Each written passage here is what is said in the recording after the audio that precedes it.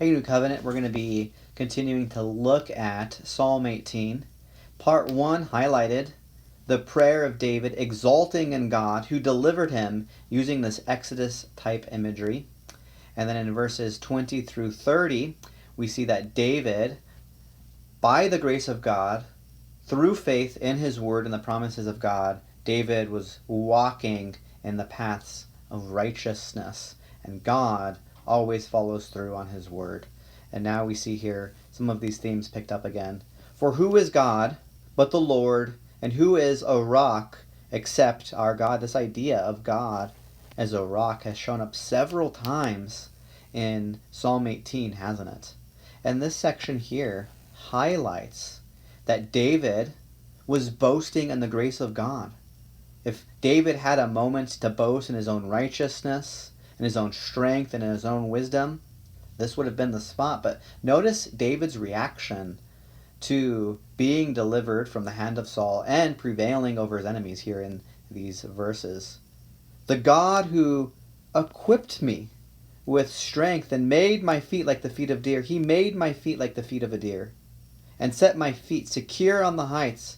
He trains my hands for war so that my arms can bend a bow. You have given me a shield of your salvation, and your right hand supported me, and your gentleness made me great.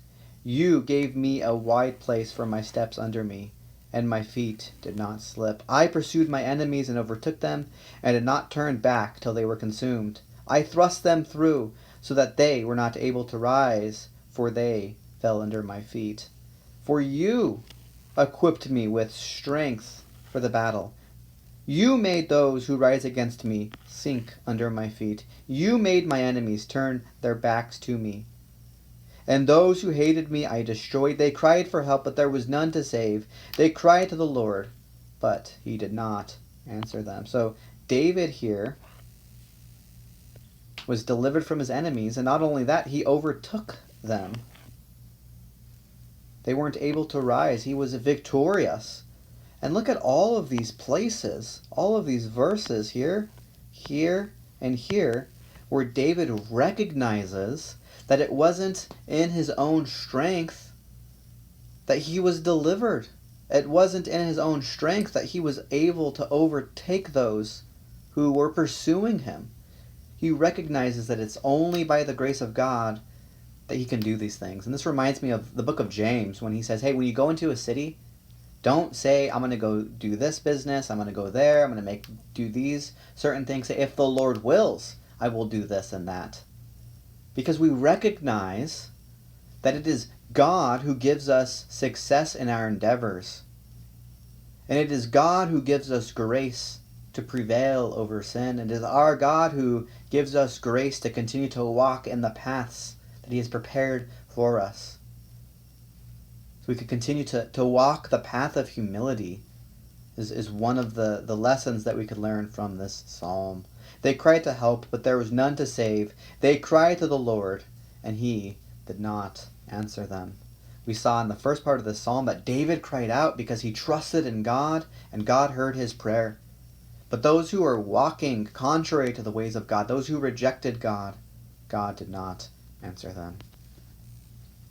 I beat them fine as dust before the wind. I cast them out like mire on the streets. You delivered me from the strife with the people. You made me the head of the nations. People whom I have not known served me. Right? So David is the one who did this, but only by the grace of God.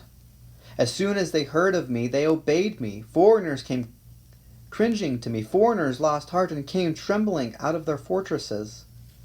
Look at this. Those who were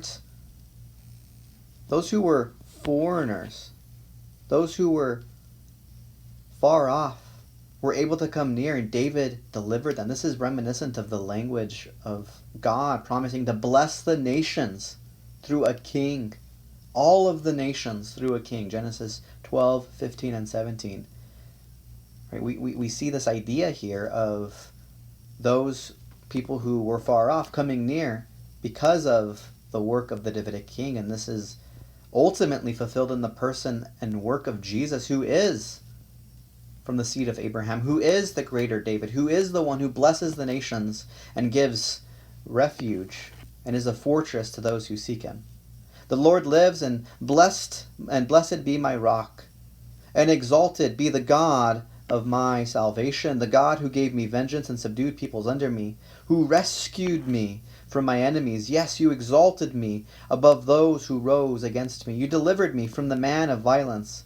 For this I will praise you, O Lord, among the nations, and sing of your name. Great salvation he brings to his king, and shows steadfast love to his anointed, to David and his offspring forever. The response to God delivering us, the response of God giving us grace, the response of seeing this fulfilled in the person and work of Jesus, is praise to God. Great salvation belongs to our God. Let us always praise him and walk in humility.